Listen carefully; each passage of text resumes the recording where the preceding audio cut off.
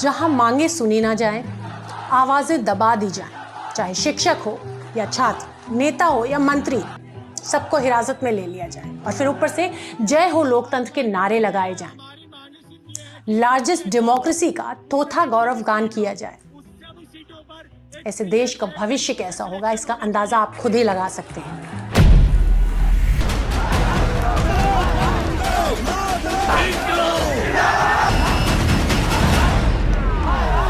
दिल्ली के रामलीला मैदान में आदर्श डेमोक्रेसी का जो नमूना देखने को मिला, उसे देखकर आप भी सोच में पड़ जाएंगे। यहां देर रात लाठियां चलाई गई, विद्यार्थियों और शिक्षकों पर बल प्रयोग किया गया।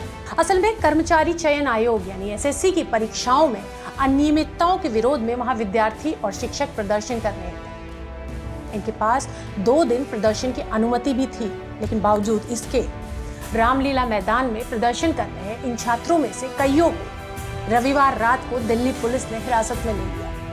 अभ्यर्थियों का आरोप है कि दिल्ली पुलिस ने गैर कानूनी तरीके से उन्हें प्रदर्शन स्थल से हटाने की कोशिश की।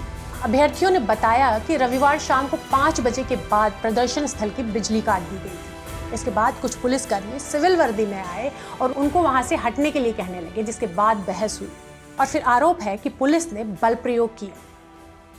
शिक्षक विक्रमजीत और आदित्य रंजन के साथ कई विद्यार्थियों को हिरासत में ले लिया गया। हालांकि पुलिस का कहना है कि प्रदर्शनकारियों को सिर्फ शाम 5 बजे तक की अनुमति थी, जिसके बाद उन्हें हटाना जरूरी हो गया था। हैरानी की बात यह रही कि सिर्फ छात्र ही नहीं, वहां कवरेज के लिए पहुंची एक मीडिया टीम के सदस्यों को भी हिरासत में ले लिया गया। यानी अब मीडिया तक अगर सच दिखाने जाए तो उसे भी इस तरह से बल प्रयोग करके रोक लिया जाता है। ये न सिर्फ छात्रों की आवाज दबाने की कोशिश है, बल्कि उस लोकतांत्रिक चौथे स्तंभ पर भी हमला है जो एक स्वस्थ लोकतंत्र यानी कि एक हेल्दी डेमोक्रेसी की रीढ़ माना जाता है। याद दिला दें कि इससे पहले भी जब एसएससी घोटाले के खिलाफ शिक्षक दिल्ली में ज्ञापन सौंपने आए थे, तब भी उनके साथ ऐसा ही व्यवहार हुआ था।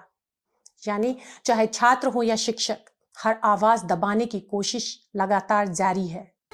अब जरा सोचिए, अगर छात्रों की माने तो उनका आरोप है कि उन्हें 400 से 500 किलोमीटर दूर परीक्षा केंद्र दिए गए और उसके बाद कई केंद्रों पर परीक्षा कैंसिल कर दी गई, वो भी बिना किसी पूर्व सूचना के। ये हाल है उस परीक्षा का जिसके जरिए देश भर में सरकारी नौकरियों का सपना देखा जाता है।